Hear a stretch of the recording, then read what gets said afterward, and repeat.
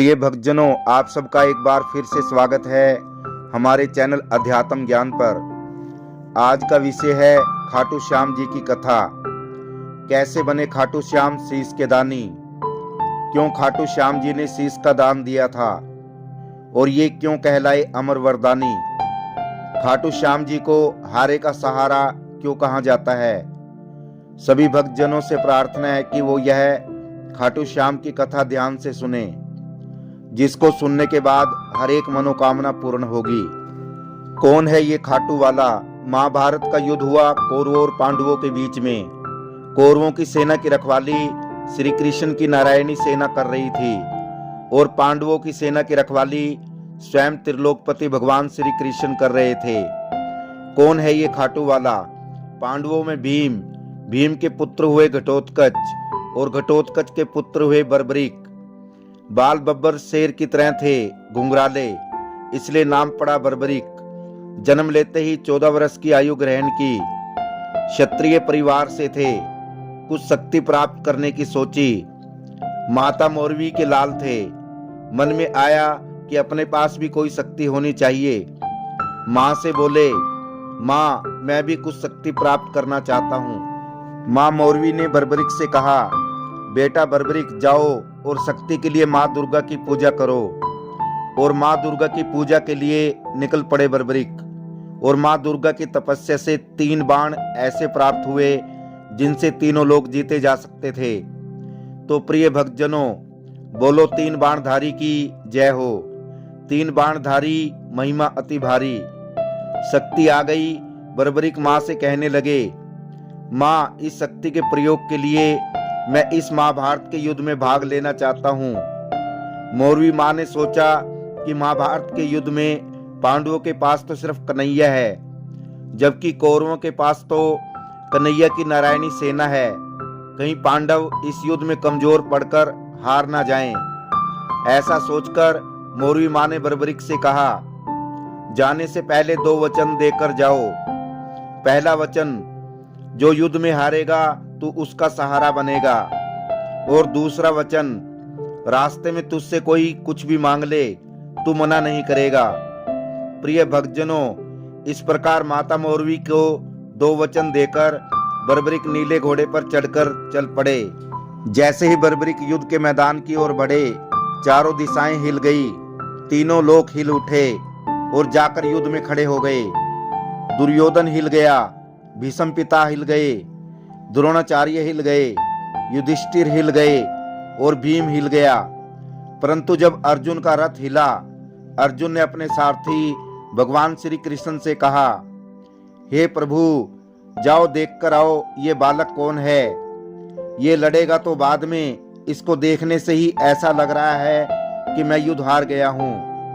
प्रिय भक्तजनों, श्री कृष्ण आए ब्राह्मण का रूप धारण करके और कहा, हे बर्बरीक कहाँ जाते हो।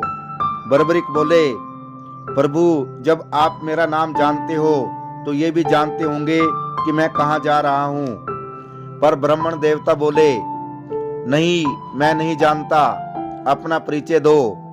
बर्बरीक बोले, प्रभु मैं इस महाभारत के युद्ध में भाग लेने जा रहा हूँ। ब्राह्मण देवता बोले, ऐसी कौन सी शक्ति है तेरे पास जो इतनी सी उम्र में इतने बड़े महासंग्राम में लड़ने जा रहा है।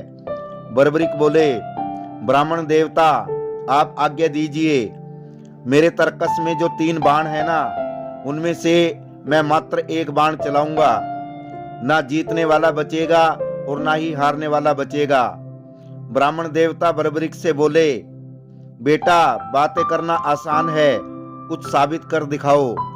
सामने पीपल का पेड़ था, लाखों पत्ते थे। एक ही बाण से पूरे पेड़ के पत्ते भेद डाले।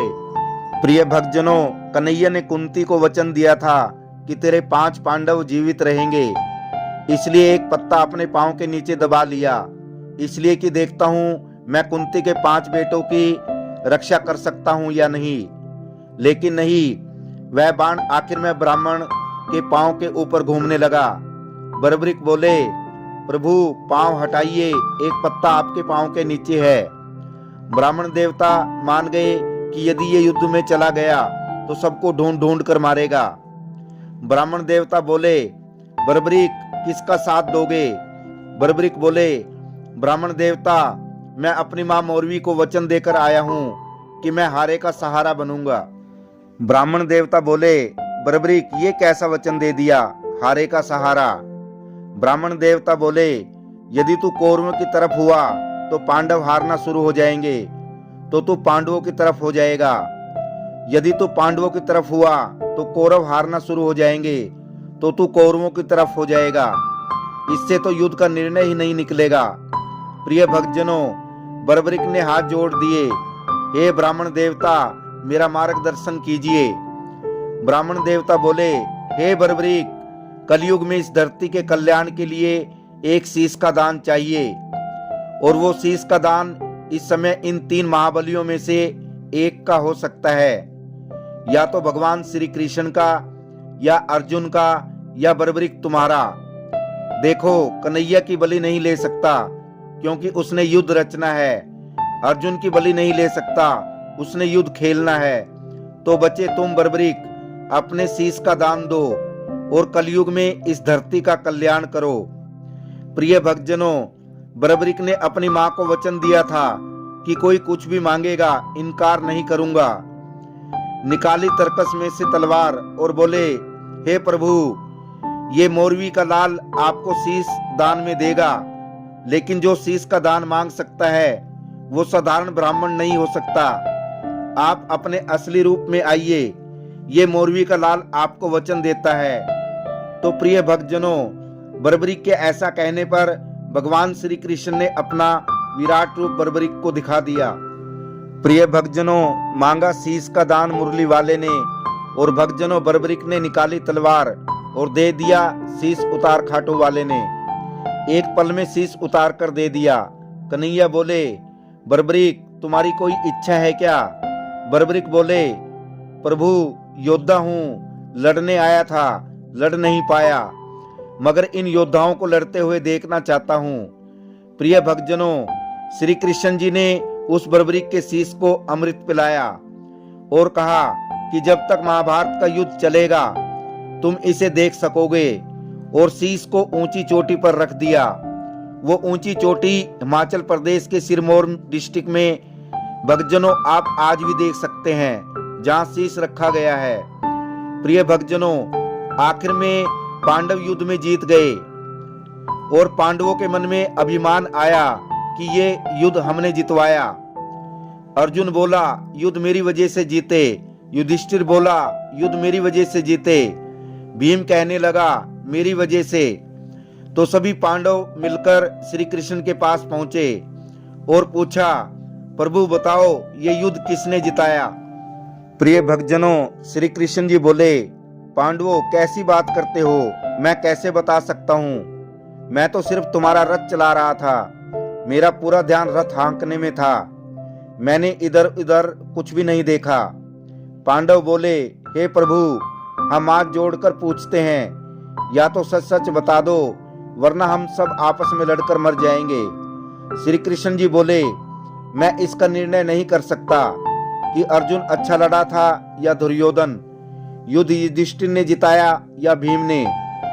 प्रिय भक्तजनों, इस पर सभी पांडव हाथ जोड़कर बोले, तो प्रभु इसका निर्णय करेगा कौन?